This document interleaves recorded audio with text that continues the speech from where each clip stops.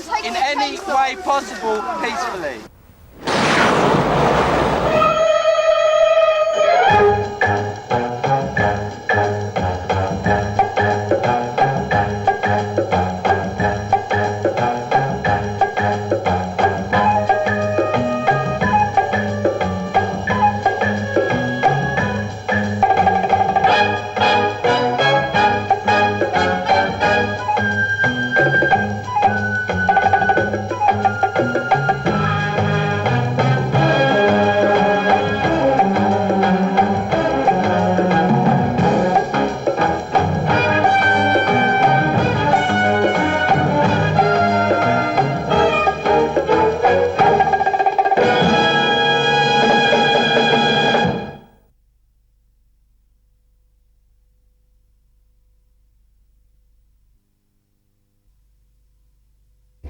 I was playing with some musicians, some friends of mine yesterday, and we were playing this song like this, and just jamming along. And a policeman said, "I'll write some more lyrics."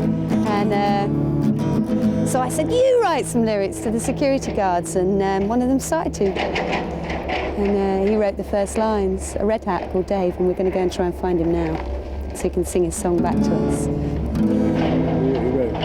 He wrote, trees are falling while protesters are calling for mercy. Chainsaws gleaming while trees are screaming for mercy. What are we doing here? What are we doing here? Need a job to feed my children. Pay the mortgage, pay the bills, build a road that always kills. And what are we doing here? What are we doing here? All day long I stand in the smoke. I can feel I'm starting to choke. And £4 an hour, it's a fucking joke. And what are we doing here? What are we doing here? There's 2 more verses. Each verse written by security? Yep, or co-written by different members of different teams. There's Red Team 7, there's Team 7 who wrote the first few verses, and then there's Portsmouth and Southampton team that wrote the last 2 verses. And a guy called Nick who just handed me a verse right at the end, and his verse was, diggers digging, no sorry that's wrong tune, diggers digging all day long, the sound we hear their killing song, chainsaws, hacksaws, blades and knives, trees the victims of their cutting slice. And what are we doing here? The last verse was written by a guy called Jim. His mate's from Portsmouth. And it goes like this. Shattered ambitions, scattered dreams, doing a job with no self-esteem. We want a job with no more destruction.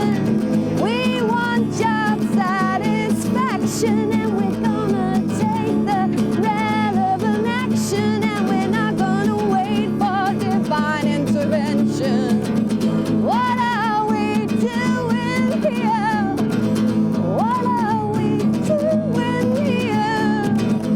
What are we doing here? What are we doing here?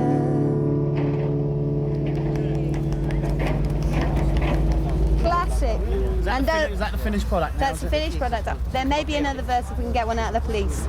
They said that they were jealous and that they wanted to write a verse. And Brave Security were also miffed that they hadn't been asked. So they wanted to write their probably very boring little verse that I may stick in there. Cool, thank you, Dave. That's okay. I'm sorry that they've been boring about it, because that was a very good song. We got to Dave the Red Hat, and he wrote the first verse and a half of the song, and he's very proud of the first verse and a half of this song. And he'd been told by his superior, his Yellow Hat, that he was not allowed to say that he'd written the song and that he wasn't allowed to be cheerful about it. He wasn't allowed to sing it. Yesterday he was like, I wrote this song, lads, what do you think of this? And he was really into it. And, you know, he did. He started the song off and he wasn't allowed to sing it because the bosses came down and they said no.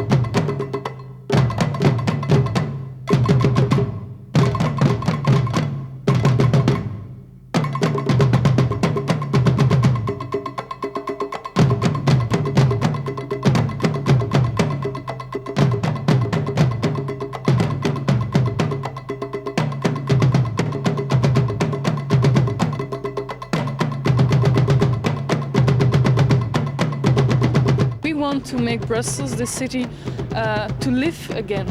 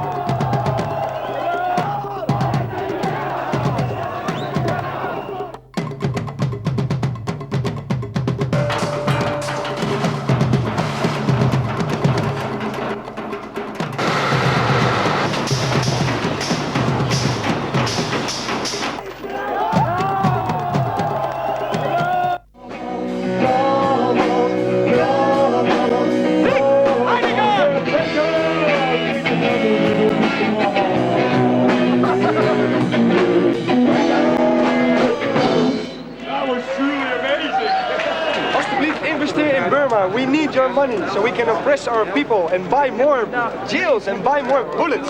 Sir,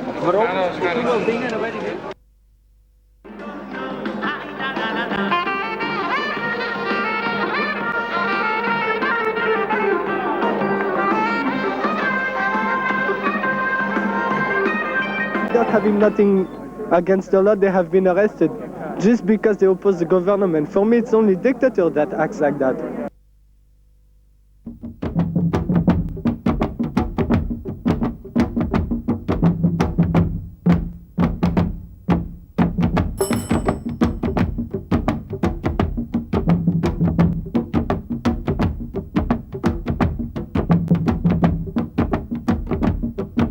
Got a message you could give to Ukraine activists who might be watching this?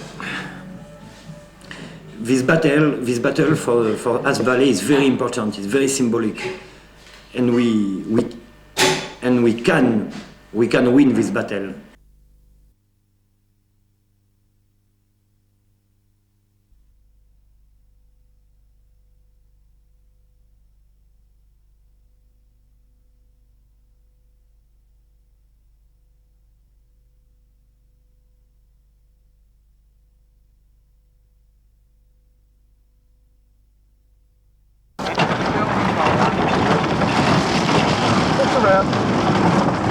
Travellers have got no rights. These babies, the same as these children growing up now, they've got no rights. Yeah.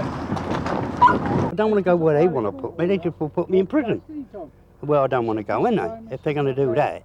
That's why I bought this, because I want to come here because I like the place.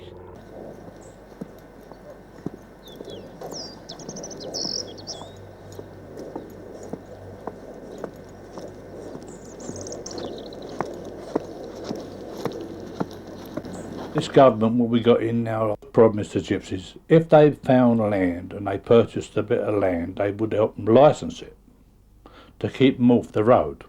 So then I ended up with the property what I've got now, which is for the family, in order that my children could go to school and have education. Got a place that they're not moved about. This is why we buy this land. And the kids can, if anything happens to us, they've got a place to be on. And this is what we've actually bought it for. Everywhere you couldn't travel the roads no more because we was travelling before we stopped on the site. But it got a bit ridiculous. We'd sort of pull up at a place, say, like for a day, and you'd have a notice served on you. You'd have to be moved within 7 days. And time you got all your china down and everything packed down, it was time to move again. And it was just sort of becoming an headache because no matter where you went, you was asked to move on. He told us to go and buy land of our own, we'll be okay. And when we did go and do it, look what they're doing now. We still ain't allowed to stop. We're still ain't allowed to stop now. Now what are you going to do?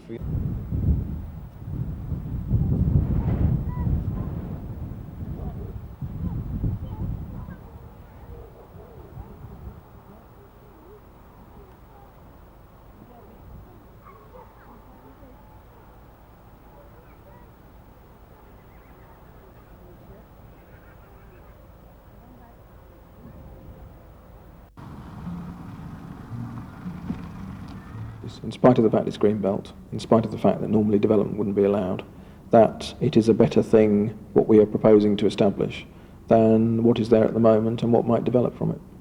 Now he's taking our land from us, giving us leasehold, but we've got to pay him £14,000 for the leasehold, and he wants to give us £250 for the ground. How many Egyptians on Swan Farm have you actually got £14,000 to give them? Right, no one. Right, so so the site's gone, isn't it? Right. End of the day, it might make a dear little mini site in one corner of it for about 3 caravans for a couple of old residential people, and then they'll have the rest of the ground. And their excuse will be then, we've got to get our money back, we've got to do something with it, and they will sell it off to building concerns. I'm not going to go there. If all my money's laid in my property and you walk in and offer me £150, where am I going to get the money to do it again? Because you've took everything. Even the title selling. Done the best we can in the circumstances to enable people to stay at a place that's been their home, in some cases for up to 20 years, even if they have to move home, it's actually within the same piece of land, and that we're not making life harder for them financially than is avoidable.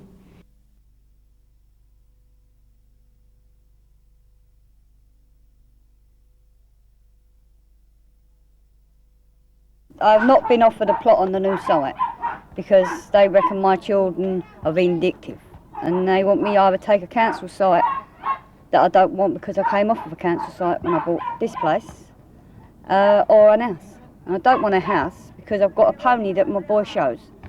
And with a house you can't show partner, you can't have a pony. What I'm hoping will happen is there'll actually be a coincidence between any enforced removal from the site and a suitable housing offer being made to them. But that's the state of play at the moment, and those proceedings are just about to be served on those people. And then really, not being horrible, I'm not used to a house. I wouldn't like it in a house, because it'd be like a prison to me. I'm used to being out in the open. I'm used to, as I am now, I'm fine. I'm happy as I am now, and I like to stay in my culture. Come around, boys. Come around, Rob. When I get on this new plot of ground, I'm not going to be allowed to have 2 trailers. But if you lived in an house, there's nothing to stop you having a caravan outside your door. Travellers all live together. Their families all stop and live together. They're not allowed to do that. Because when my boy grows up and he gets married, he can't come and stop with me. He's got to move off somewhere else. He's got to go on the council site. Or in an house.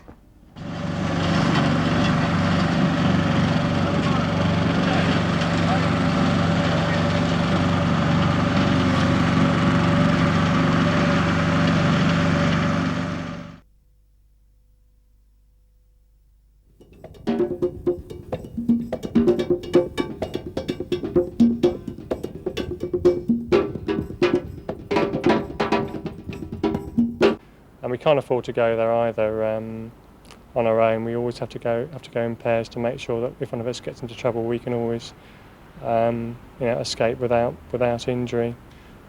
All the media ever gets is one side of the story. The police side, or the council side. No one ever comes onto Swan Farm and says, right, is this what really happened? Or, what do you think about what's going on here? No one's never come in and asked us. So I got on the phone to this man who was supposed to have written this article and wanted to know where he got all these information from. So what are we supposed to do? Conform to what the council and the government wants us to do, is live in houses, which we've never done, Roger.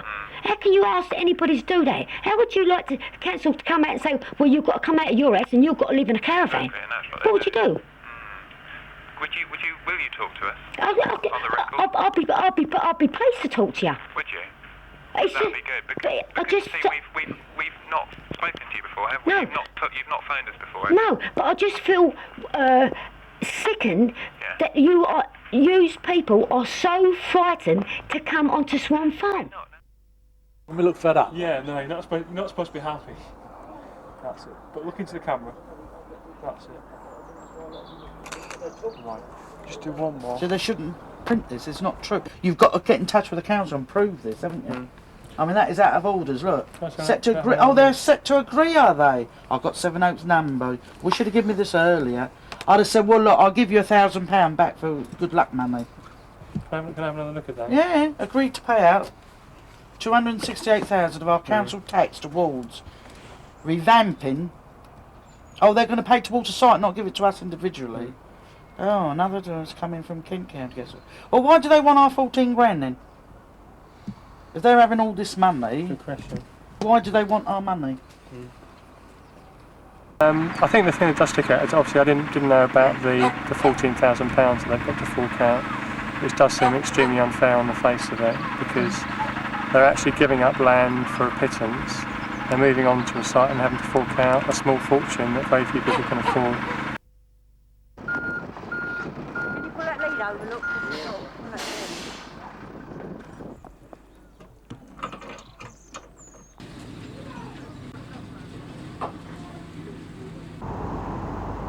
Going to have an £88,000 security fencing around me to keep me in. What have I got to be kept in for? I ain't in a prison, or is it going to become a prison? When she's riding these horses, because horse can spook any time it likes. There's no such thing as a good horse. It's only got to chuck her over top and nick these. That'll go right through and kill her. And who's it going to be down to? Me. Not Bill Forrester. It'll be to me. I wouldn't see I don't want to own no property in England at all. Well, that's the alternative, is that we start saying to our people all over the country, well, we'll all go back on the road. Yeah, and I will go back on the road. They're not going to stop me going back on the road. If there's someone out there, ask them what we can do. Because we're at the last tether. I don't know what I can do. I would do anything. What can I do? I trusted this council. We went along with this council, and they betrayed us all the way.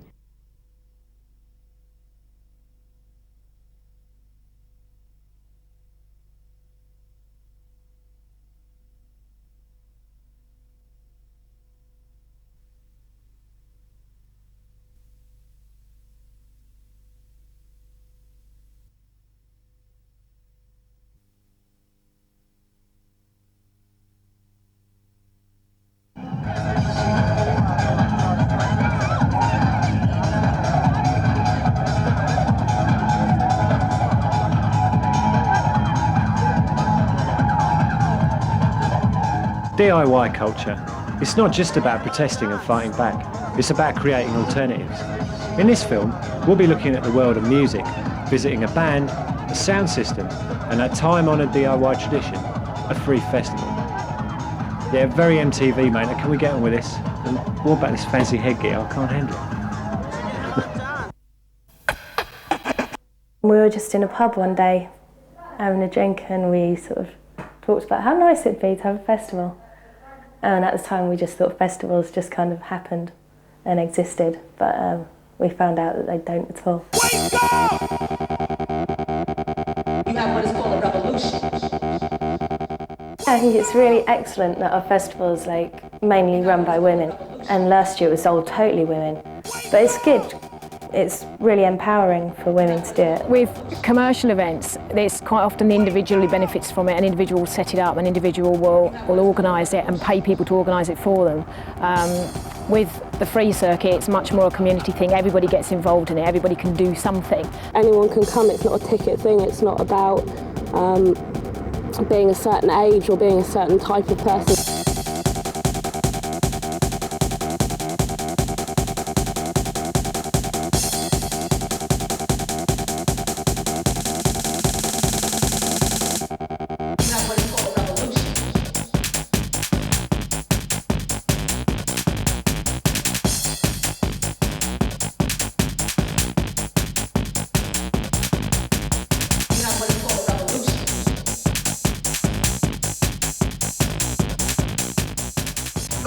What I say is where there's a will, there's a way. What we're talking about, ladies and gentlemen, is DIY culture. It started in the 80s. It's all about free festivals, squads, travellers, protesting and all that sort of thing. But what happened was in the 90s, the Criminal Justice Act tried to criminalise all these things that we've just talked about.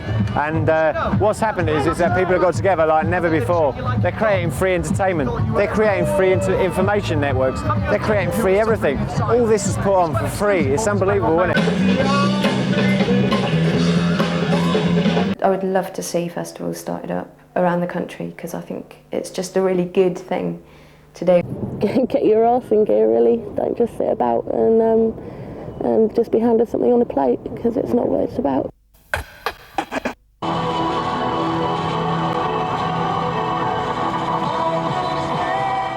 We thought we'd take a load of our mates and go up to a free party that's being held in the Luton area by a group of people called Exodus.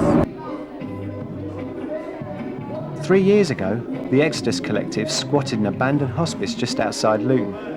They battled with the council, renovated the building, and now it's a thriving housing co-op. Once a fortnight, Exodus put on free parties for between 2,000 and 10,000 people. They're some of the most kicking dudes in the country, and we thought we'd go along and check one out. People escort the sound system to the party venue to stop the police taking it away. According to the police, Exodus parties have reduced drink-related crime in the area, and on one occasion even helped stop a riot. Fuck, there's lots of people here, man. Are we shooting off straight away?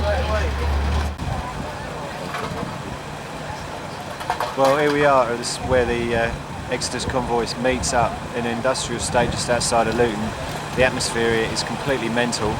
As you can see, there's thousands of cars filled with more thousands of people inside them, waiting to go off for a massive party, and we're here as well, so hopefully we'll see you up there.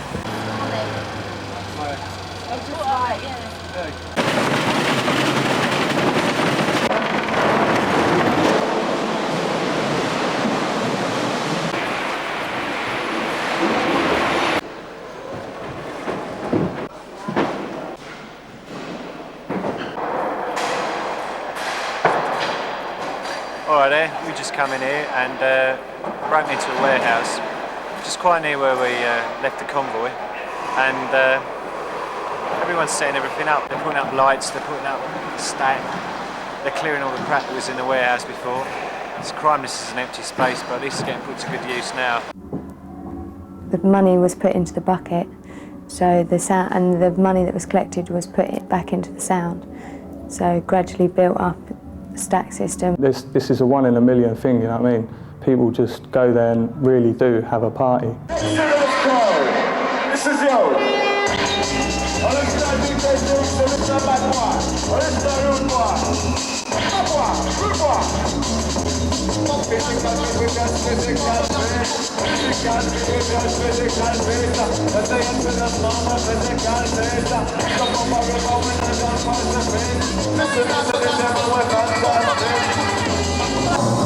nothing illegal about this. What is illegal is that people pay good money to go into nightclubs and do this. It just becomes a deeper thing. It's not just about having a good time, it's about getting things together and creating a good vibe that everyone enjoys and can feel a part of.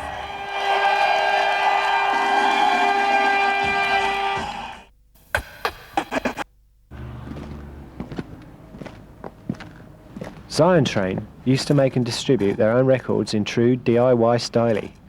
Then they signed up to a mainstream record company. So we went along to one of their gigs to find out if they'd sold out. We're about to step into the echelons of Zion Train's tour in the middle of England. As you can hear, it's thumping away in the background. It's DIY culture, bringing us DIY music, although they've gone a bit mainstream now. They're getting on the inside and putting out a positive vibe. And this is what it's all about. Let's go. You know what I mean?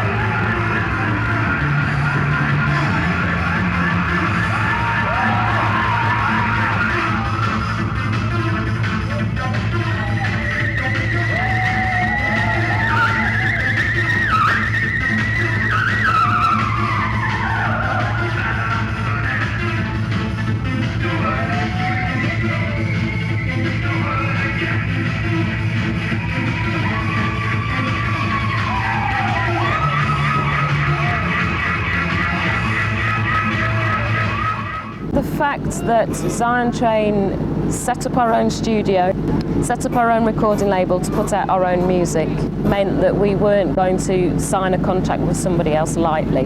We were independent, doing it ourselves. And I think that ultimately gives you more power.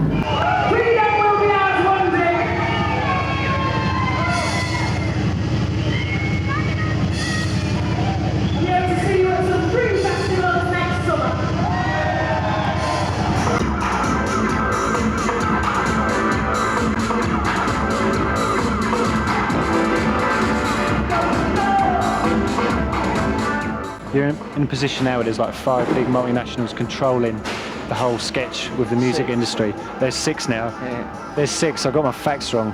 Wake up. All right, so there's 6 right now. You're sort of working with Time Warner. With Warner. They're big buggers, aren't they? Yeah. What are they? Say that again. Arms manufacturers and completely cold-hearted capitalist pigs. Why are you working with these people?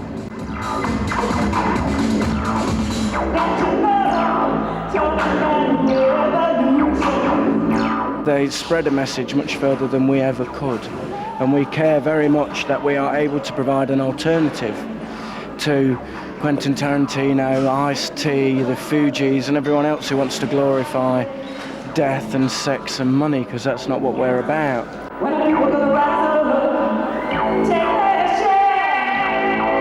We've had chart entries and we've had people who have never heard of Newbury or Reclaim the Streets or anything like that writing to us going, what is this about? We send them a wobbler and then they're saying to us, I've joined the Animal Liberation Front or had a brilliant time at Reclaim the Future in Liverpool. Now, we're not going to get all evangelical, but we do what we can.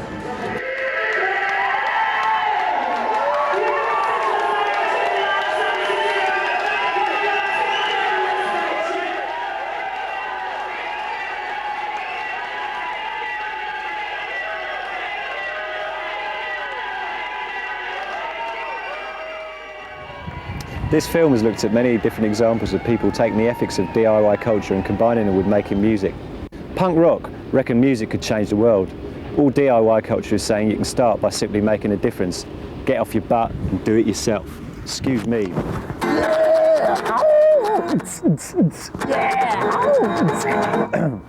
Something like that anyway. Cheers.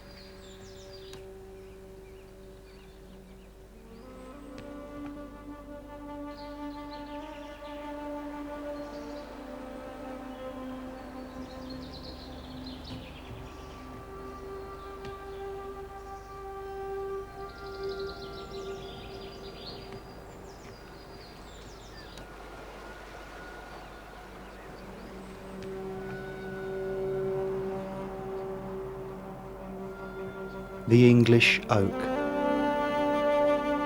Its majesty once revered, now seen as little more than an obstacle needing to be cleared.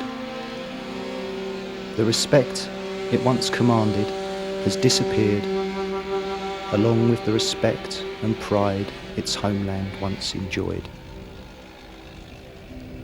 England,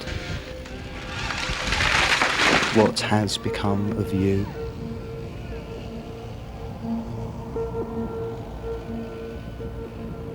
The ground shook as the mighty oak hit the earth. The sound echoed darkly across the land. From no one knows where, two horses appeared. Seemingly wild and free, they wore an air of magic about them. They were not scared off by the day-glow army or the chainsaws wailing like frenzied banshees.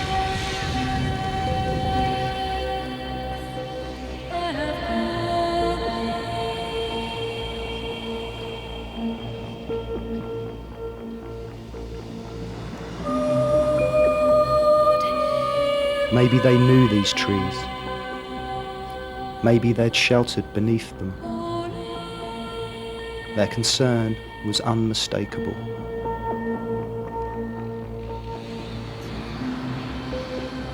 They made their way to the dying root of the mighty oak.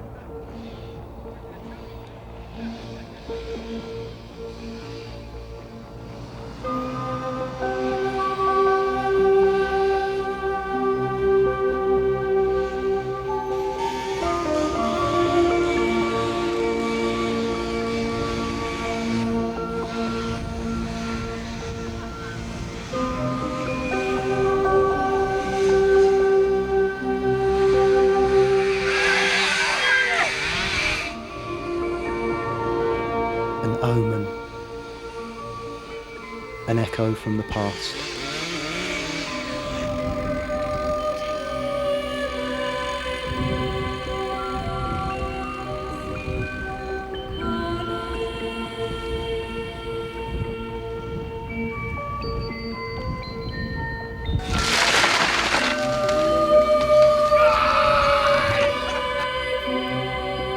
Our ancestors worshipped trees.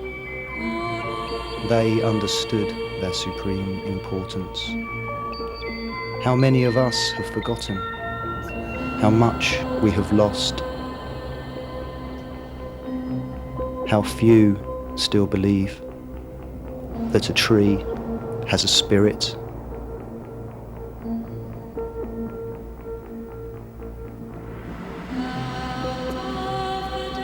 This land, once a vast forest, reduced to isolated strips of woodland, and even these are under attack.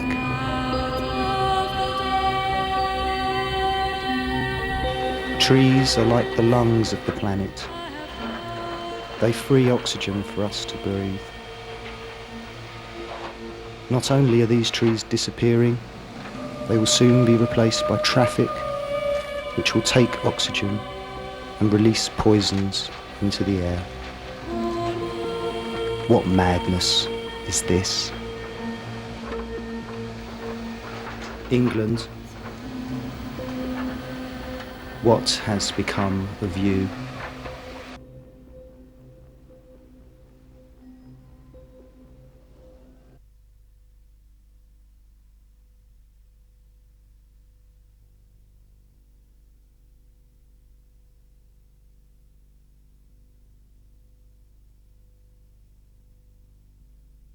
I'd been followed by police cameras all the way back from a service station on foot, all the way back to my flat. And it was at that point I thought, hang on a second, this police camera can actually look directly into my flat. I realised that it was a way of selectively policing, where you can choose what you want to get involved with, who you want to follow and what you want to do about it. And tonight I'm hoping to maybe hoist them by their own petard.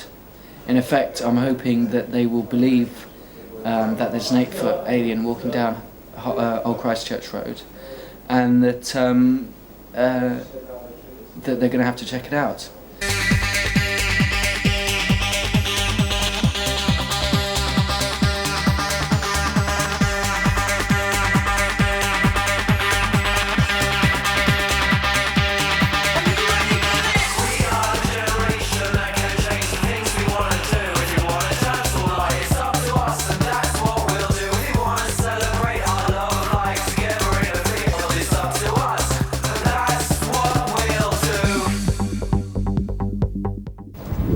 Everyone keep really cool now.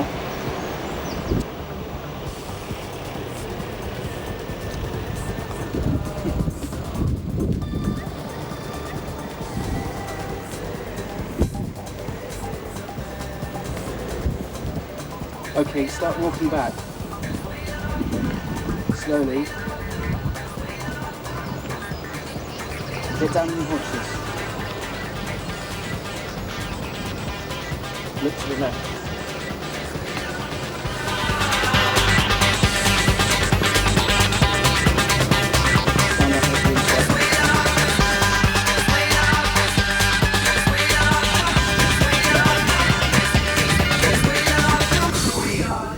The CCTV is pointing directly at us.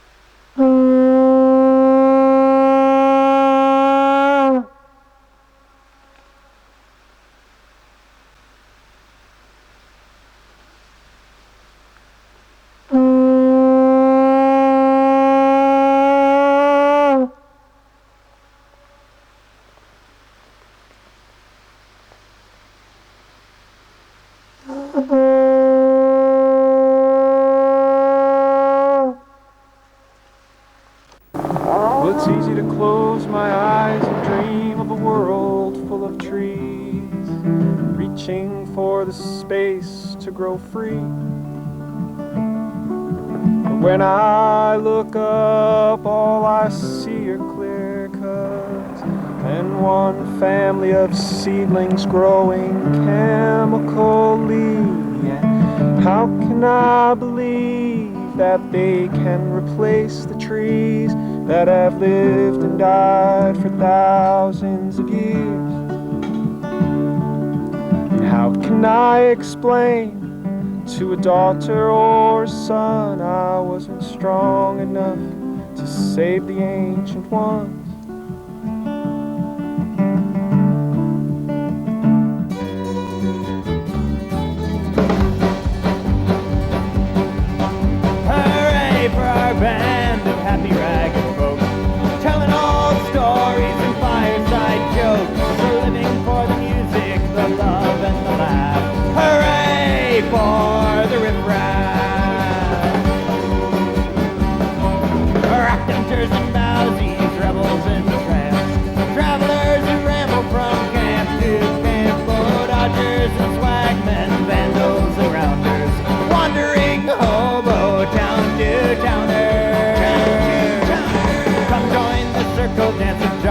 dirty fools, squatters and crusties who make their own rules, riverbed beggars, carousers and thieves, our only motto, anarchy. Hooray for our band of happy ragged folk, telling old stories and fireside jokes, living for the music, the love and the laugh. Hooray for the riffraff. Migrating drifters, buskers on the streets, minstrels and gypsies with no shoes on our feet. Oh, Don't move your truck! Shut your truck off, man! Frank and barrel vagabonds laying down the bedroll. Street bikers and diggers, the wobblies and the like, the monkey wrenching saboteurs, the wooden shoe Luddite. Your children are being robbed of their heritage as these trees come down. It's total greed, and I'm opposed to greed. Hooray for our band of happy ragged folks, telling old stories and fireside jokes, living for the music, the love and the laugh. Hooray for the riffraff. The collective spirit of community that's evolved up here has been nothing like anything that exists down below. This is truly the Cascadia Free State. This is a whole other realm. This has nothing to do with the Babylonian United States principles of individuality and everyone for themselves and greed. This is about as opposite of that as I've ever been around. We come in all colors, stripes and spots, raging grannies and punkers revel in our lot. We don't care what we look like and we don't wear underwear. Go ahead and stare, we are everywhere. Hooray for our band of happy ragged folk, telling old stories and fireside jokes, living for the music, the love and the laugh. Hooray for Have you ever heard of the snooze? Of course I bloody have, mate. People in Hong Kong are reading it, and Germany. Tells it like it really is. I get it every week. We need something like this in Brighton, like a hole in the head. I think they're nice but mad. I think more people need to read it, really. It can represent something that's not represented, you know, in this country. I like the crapperettes myself, I must say, they're great. Snooze is a good word, too. Get shoes! Offer me a wedge! Yours for a fiver!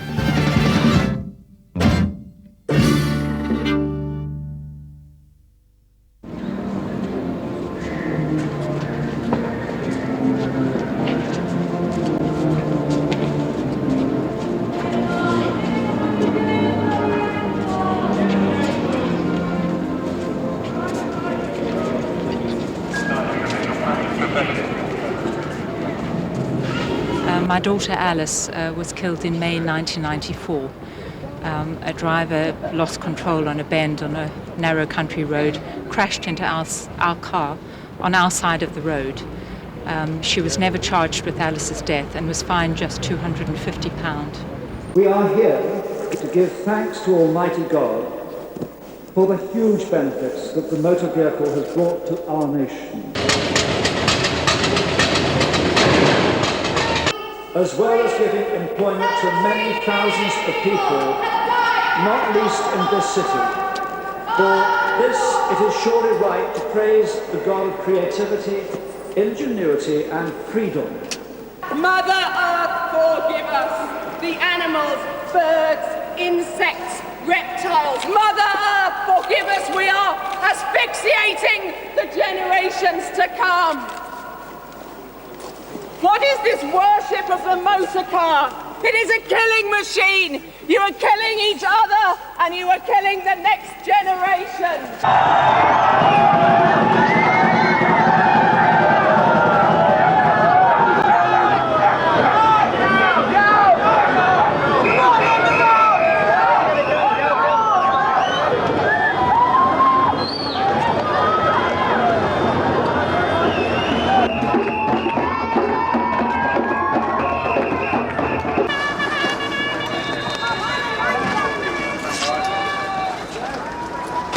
On a road to nowhere. That's why it's man.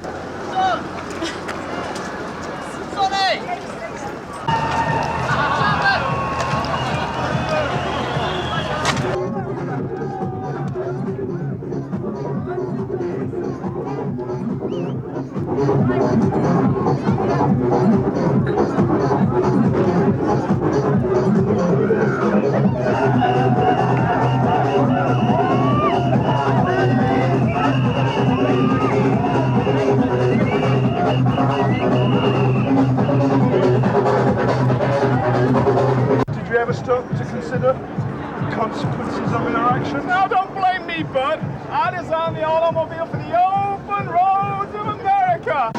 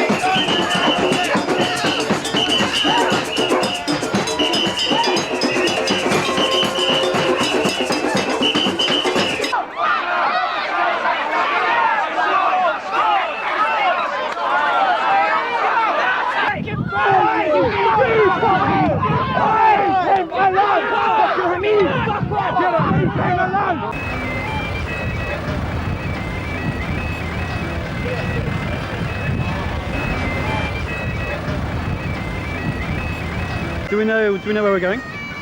No, not the slightest. We are about to be informed, hopefully, any minute now. Right. The word will go out and a street will be taken somewhere nearby.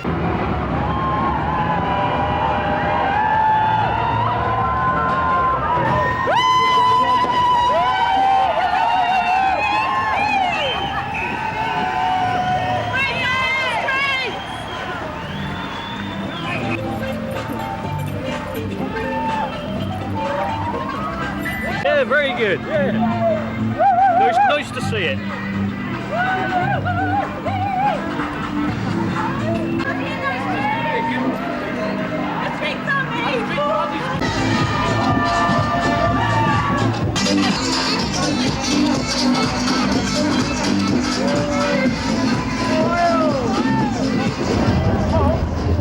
What? Where's the lane now? Keep that.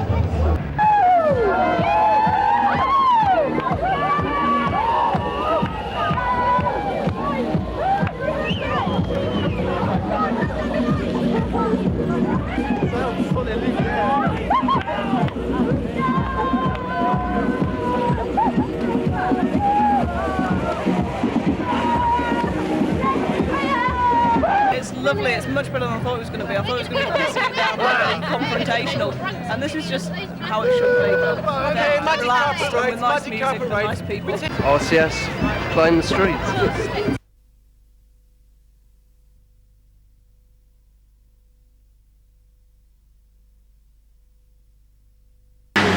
Push it outwards, push outwards.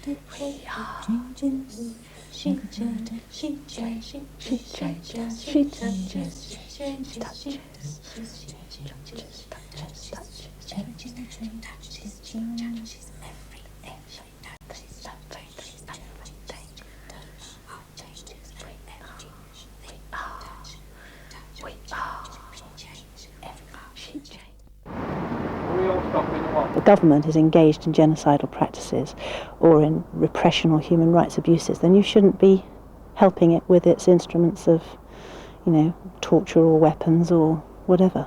The hawks, as far as we know, are due to be delivered starting in January 1996 at the rate of 2 every month.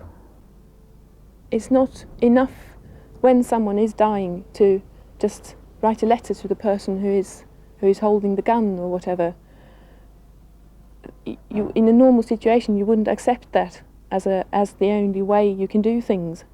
In February '94, I watched the documentary produced by John Pilger, Death of a Nation, and that had a very large impact on me. It had a lot of footage from East Timor and interviews with Timorese people. When the Indonesians landed here, they began an operation that has been compared in its savagery with Pol Pot's takeover of Cambodia. Hundreds of people were gunned down in the streets, in schools, in shops, in their homes, in the hospital. Live grenades were thrown into houses. Women and girls were raped in front of their families. The Indonesian troops had been told that the East Timorese were communists and primitives who threatened the very existence of Indonesia itself. If between now and when those hawks are ready to be delivered, nothing's worked, then at that final moment, I will be prepared to disarm them. The only thing I can do to stop this deal is to actually disarm these planes myself. I would want to transform that plane into something positive and creative that could be put to good use. I'm going to hammer on them with this hammer, and I hope that will inspire other people to do further non-violent direct action against the hawk deal.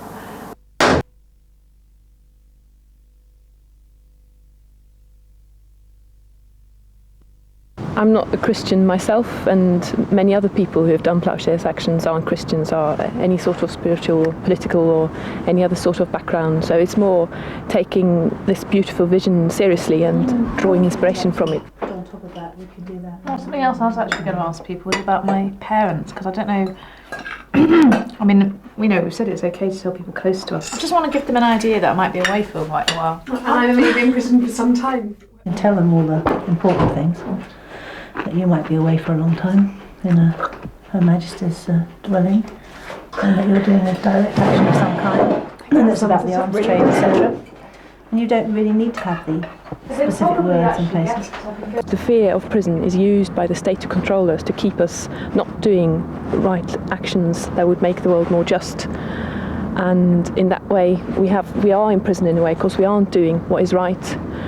And by openly doing an action which makes us go to prison, we break this power of the state.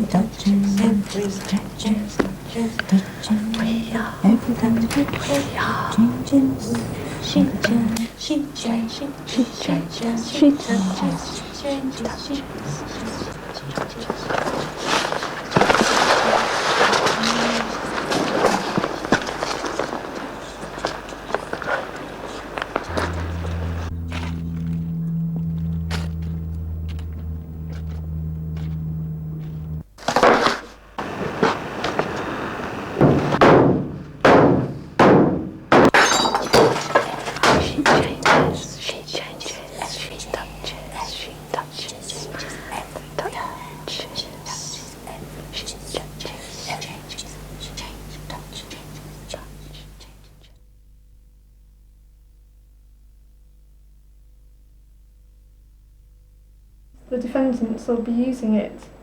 I first heard about the action when I got a phone call from NG Zelta at 4 o'clock in the morning on the 29th of January saying, I've just had a phone call from Lotta and Andrea and Joe saying that they've just disarmed this Hawk warplane and asked us if we would do the support work and help with media.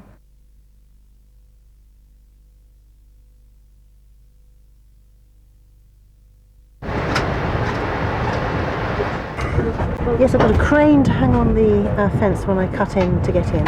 It's a piece crane. I've got a hammer to hammer the aircraft.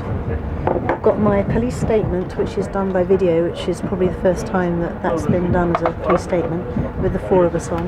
I've got a booklet which explains the issues behind the Ploughshares action and what Indonesia's up to in East Timor. And I've got a banner which says "Stop Genocide in East Timor." Oh, and I've got a visiting card, which I shall leave in the plane.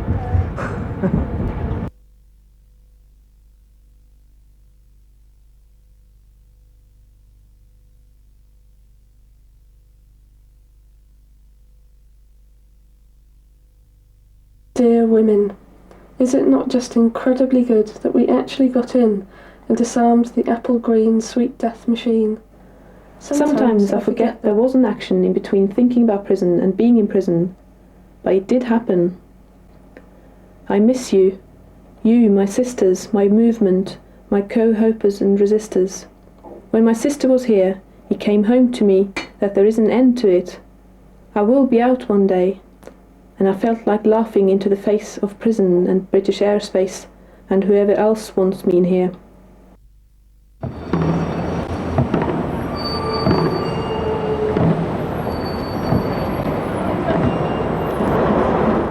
By leaving the video in the cockpit of the Hawk and by referring to it in their police statements, the women made sure that it would be used as evidence in court and shown to the jury.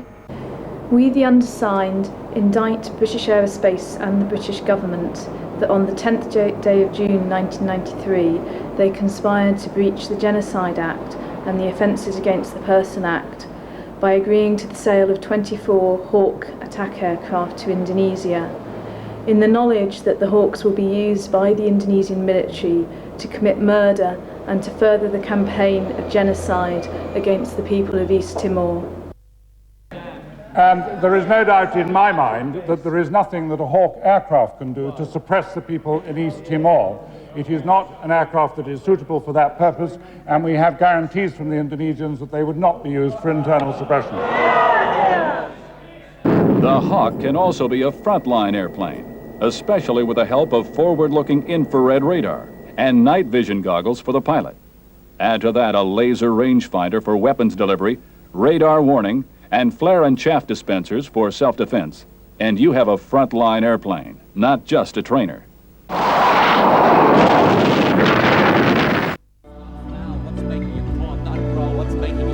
What is the reason? What is the reason? Who is the guilty one? Who is really the...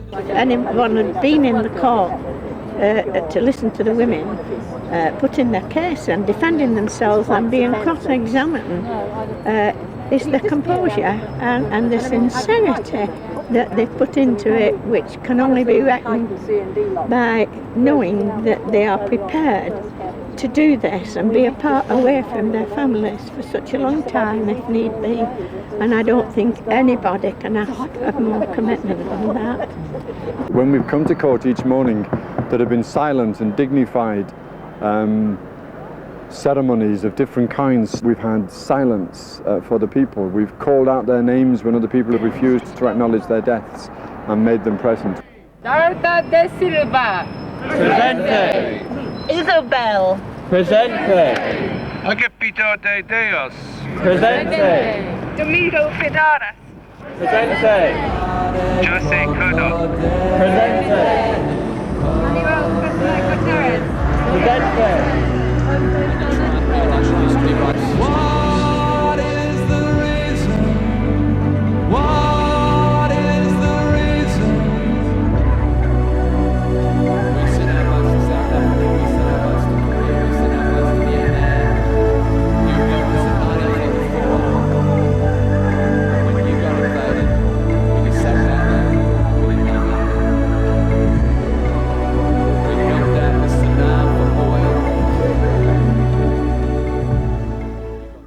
family, relatives were killed by Western weapons, so they cannot tell me that Western aircraft, Hawk aircraft sold to Indonesia are not used in East Timor.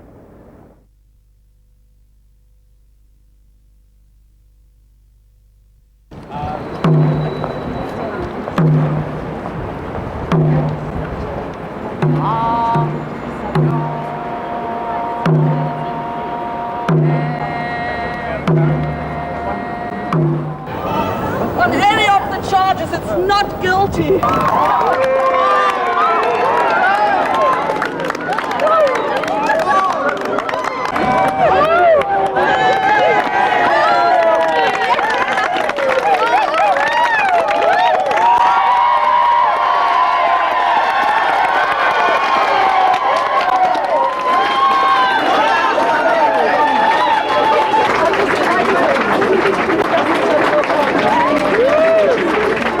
It was a day for justice and a day for East Timor.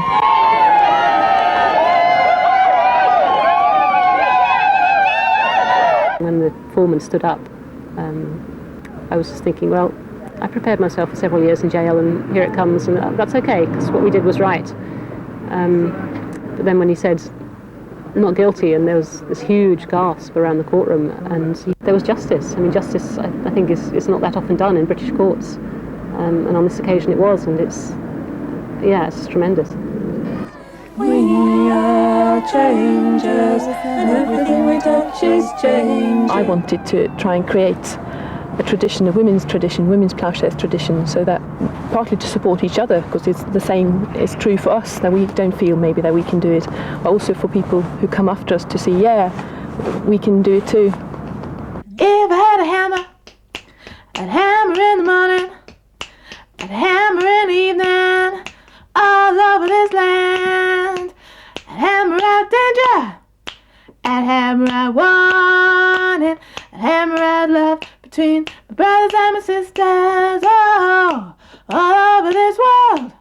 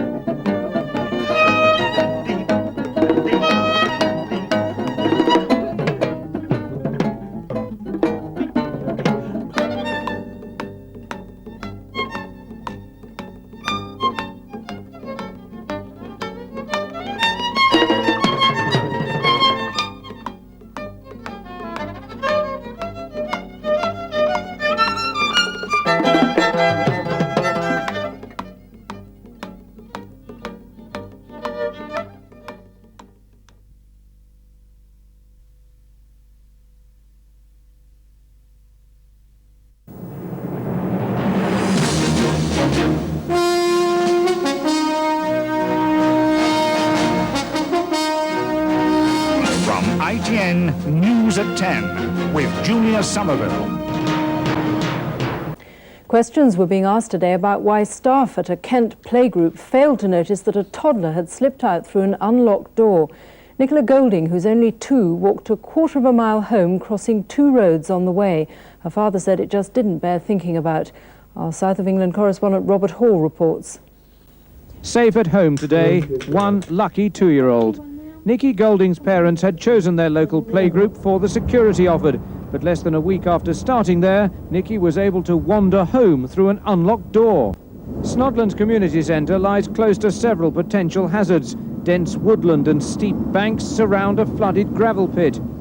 After leaving the playgroup, Nicola found her way down the drive and out onto the road. She managed to cross safely and then walked 200 yards to a second road junction.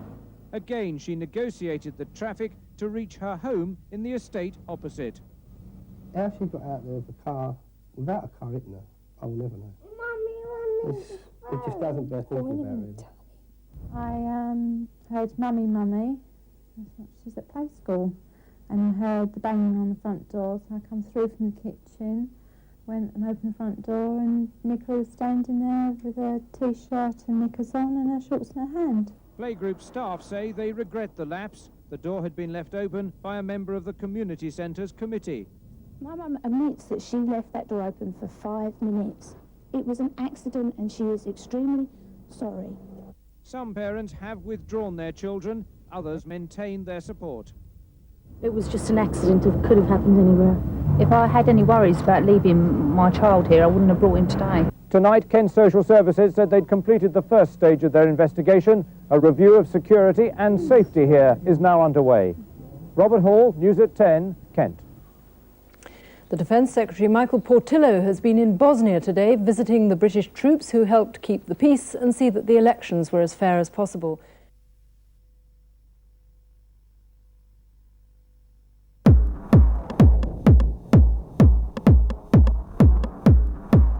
This McSpotlight website is a library of information about the McDonald's Corporation, all the things they don't want you to know, and all the things they've now failed to stop the public finding out about.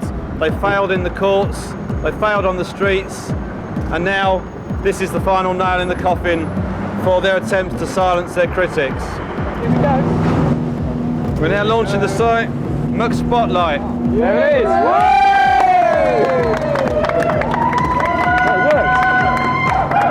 I think the original idea for McSpotlight came from the sheer volume of material and research that's come out of the McLibel trial, and also out of 20 years of anti-McDonald's campaigning, which was slightly being wasted before because nobody could see it, and journalists or researchers or campaigners, you know, there was no easy way for them to get the key piece of evidence that they needed.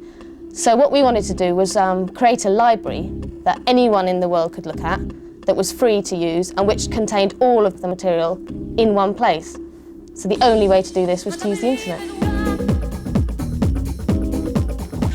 All the people that work on McSpotlight are essentially amateurs who've donated huge amounts of time for free. When we've come across something we can't do, such as graphic design, complicated programming, someone with those skills has always come along that can do that.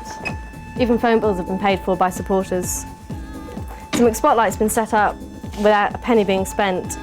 You can only compare that with McDonald's spending $1.4 billion a year on advertising. And there's now people from 14 different countries working on the project, using any equipment they can get their hands on. We tend to communicate by email, most of us have never actually met. Well, there's no doubt this new form of campaigning can be effective. It's not supposed to be an alternative to the more direct forms of action, like, for example, at Newbury, but it's an excellent complement. The internet's the first time that grassroots activists have had a media where there's a level playing field with the multinationals and all their millions of dollars. So far, the McLibel trial has had loads of press publicity worldwide, but it hasn't been about the issues. It's been about, you know, the people and them fighting a large multinational corporation. But what McSpotlight aims to do is to change all that, and so the issues come to the foreground and people are able to find out the truth. There's a certain set of net gurus who argue that new media will inevitably bring the collapse of the multinationals, that they won't be able to kind of hold on or control things. I think this is rather optimistic. What the internet does do is give activists a really useful tool, which they'd be stupid not to use. There's huge controversy raging at the moment about censorship on the internet, mainly centred around pornography. What McSpotlight wants to do is realign this to a more important question. Should the distribution of information about matters of great public concern be controlled, and if so, by whom? Or should it be free? The internet is the hardest thing in the world to police. It's proved to be extremely difficult for people to try and trace where alleged libels come from when it's spread through the internet. It's a worldwide site. If I was advising McDonald's, I'd just tell them to forget it.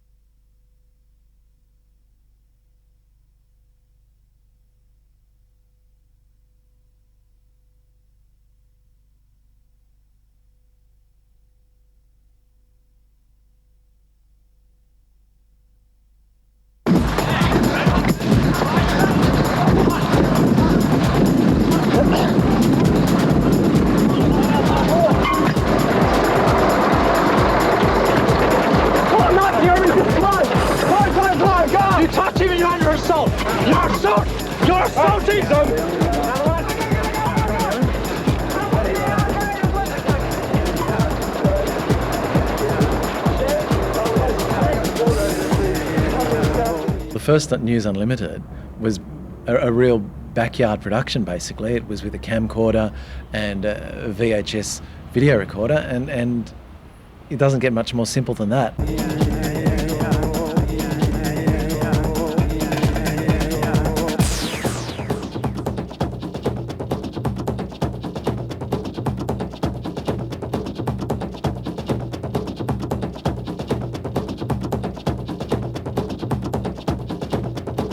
I think the main reason News Unlimited is doing the work that they're doing is to try and take a hold of the agenda a little bit more.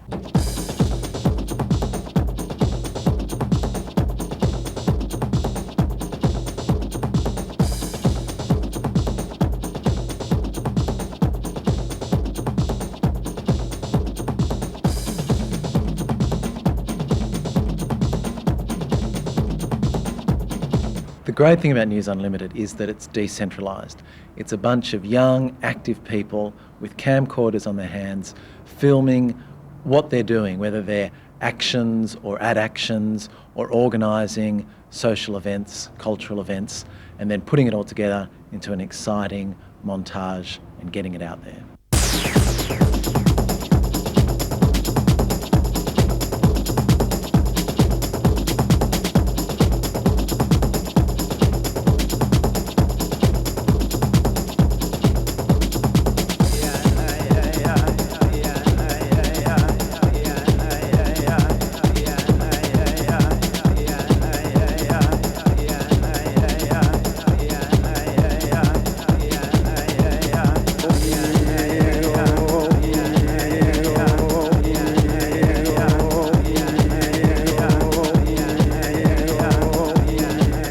Basically what we've got is 3 26-minute programs every week, which are basically just activist programs, so they're completely dedicated to activism, really.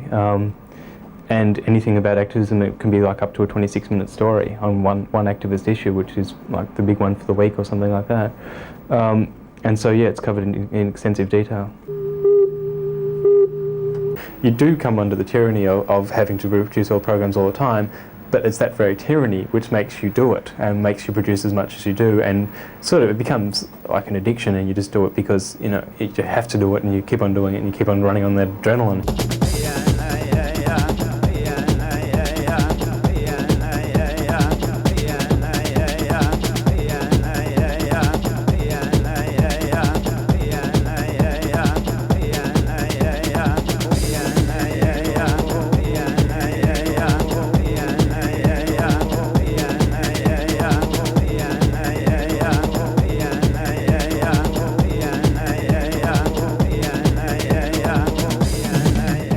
Regard himself as a bit of a media guerrilla. I mean, just sort of manipulating the media and utilising the media, computers, video, whatever, to institute social change and environmental change. So I had a fair bit of footage ready to go.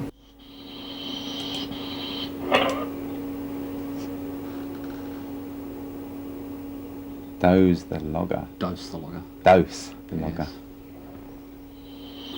You know that the loggers' camp is unattended somewhere nearby, with a hot thermos of coffee for their morning tea.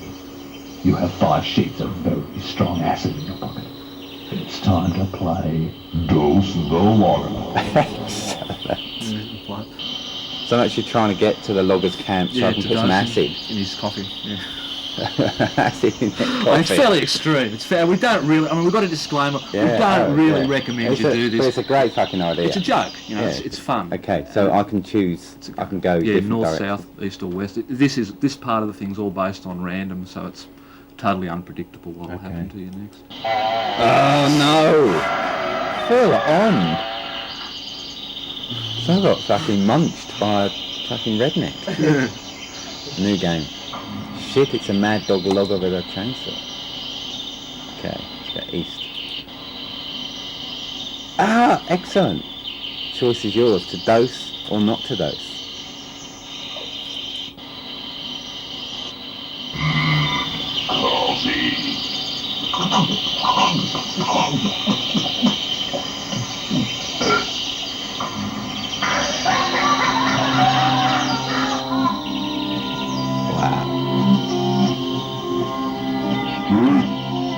never seen a tree like that before. It's beautiful.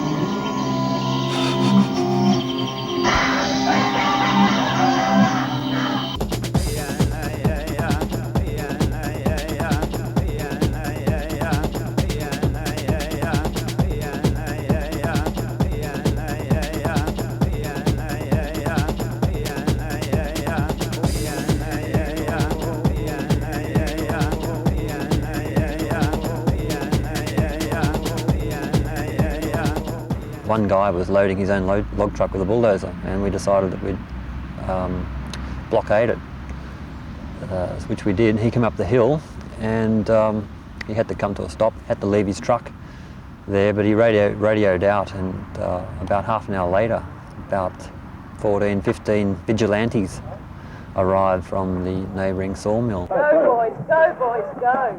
Yeah, all right, yeah, great. Fantastic. You feel really good. Yeah. Private property. Private property. Leave it away. Then what are you talking about? Hey. You're burning pulpwood there. Hey, dog in the bloody bush. You look at this thing.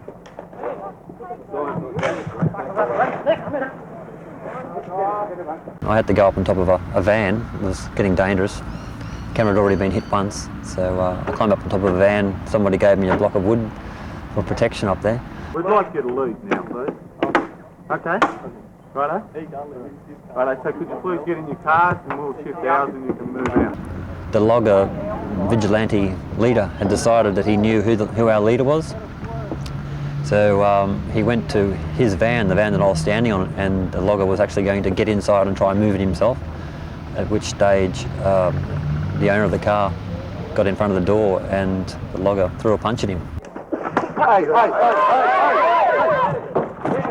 I'll fucking bash your brains in, mate. You understand? Take it easy. Oh, everyone. Stick down, everyone. Hey, stop it. Take it easy. Take it easy. I don't need this. Hey, Retro. No need for this. Hey, you're on camera. You're on camera. Cut it out, Bob. Get it on the video, mate. Get it on the video.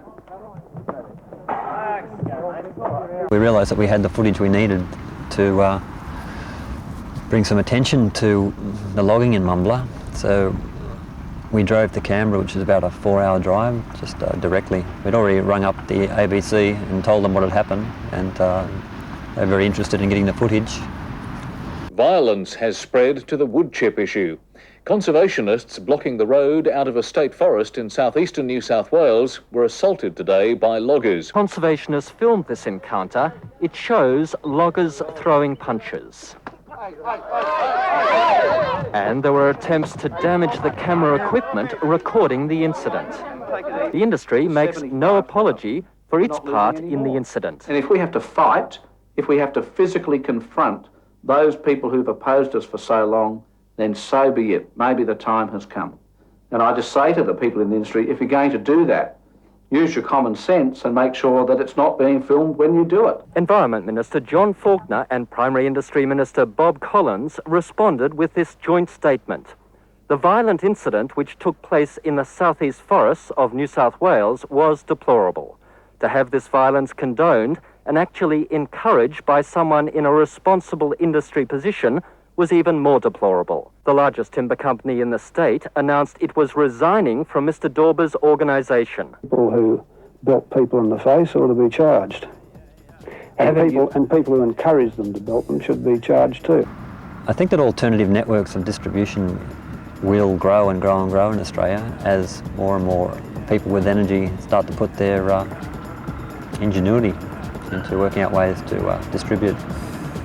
Oh, it's only going to get bigger. It's the very early days now. It's the beginning in Australia, and if it's interesting, you know, it'll build up a watchership very quickly.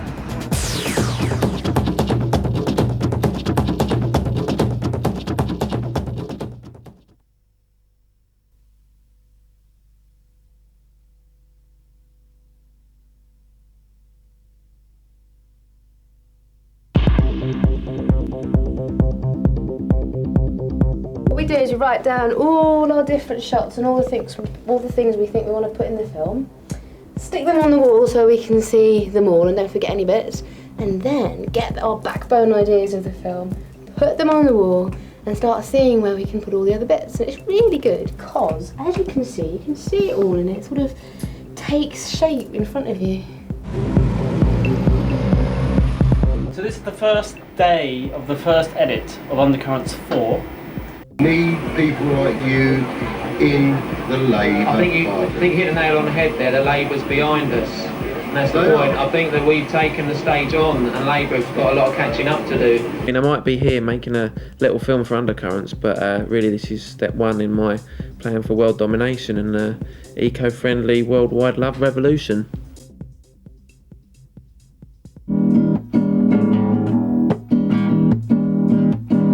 If I don't get my gyro, then I've nothing left to lose. Right, take 14.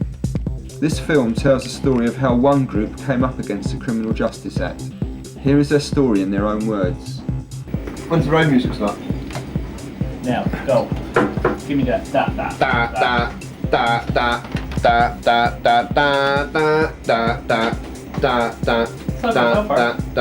What's happening? Action. There you go.